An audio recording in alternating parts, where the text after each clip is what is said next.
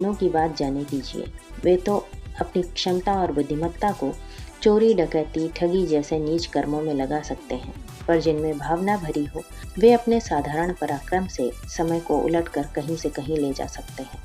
स्वामी दयानंद, श्रद्धानंद, रामतीर्थ जैसों के कितने ही उदाहरण सामने हैं, जिनकी दिशा धारा बदली तो वे असंख्यों को बदलने में समर्थ हो गए।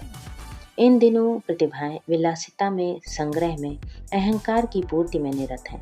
इसी निमित्त वे अपनी क्षमता और संपन्नता को नष्ट करती रहती हैं। यदि इनमें से थोड़ी सी भी ढर्रा बदल दें तो वे गीता प्रेस वाले जय दयाल गोयंका की तरह ऐसे साधन खड़े कर सकती हैं जिन्हें अद्भुत और अनुपम कहा जा सके। कौन प्रतिभा किस प्रकार बदली जानी है और उससे क्या काम लिया जाना है, यही निर्धारण उच्च भूमिका से होता रहेगा। अभी जो लोग विश्व युद्ध छेड़ने और संसार को तहस नहस कर देने की बात सोचते हैं, उनके दिमाग बदलेंगे तो विनाश प्रयोजनों में लगने वाली बुद्धि, शक्ति और संपदा को विकास प्रयोजनों की दिशा में मोड़ देंगे। इतने भर से परिस्थितियां बदल कर कहीं से कहीं चली जाएंगी।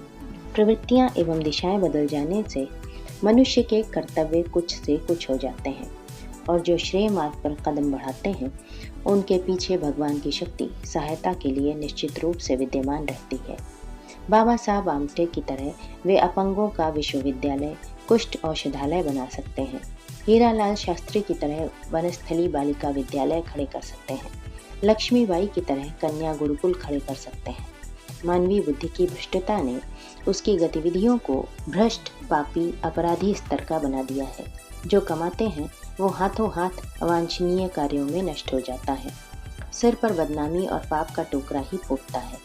इस समुदाय के विचारों को कोई पलट सके, रीति नीति और दिशाधारा को बदल सके, तो यही लोग इतने महान बन सकते हैं, ऐसे महान कार्य कर सकते हैं कि उनका अनुकरण करते हुए लाखों धन्य हो सके और जमाना बदलता हुआ देख सकें।